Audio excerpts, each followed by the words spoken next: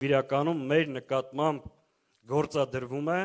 դենացիոնալիզացիայի ծրագիր։ Դենացիոնալիզացիան կամ էթնիկ ինքնության ոչնչացումը ներառում է մի շարք գործողություններ, որոնք ուղղված են որևէ ազգի կամ էթնիկ խմբի ազգային ինքնության, մշակույթի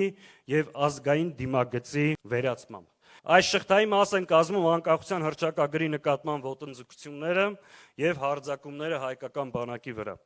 Այս երևույթի դրսևորումներն են պետական խորհրդանիշերի, զինանշանի եւ օրդներգի դեմ հարձակումները,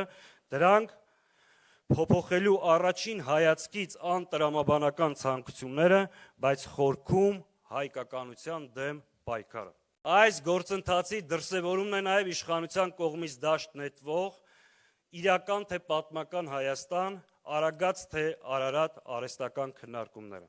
Այս համատեքստում է նաև Արցախի ժողովրդի հավաքական իրավունքների պաշտպանությունից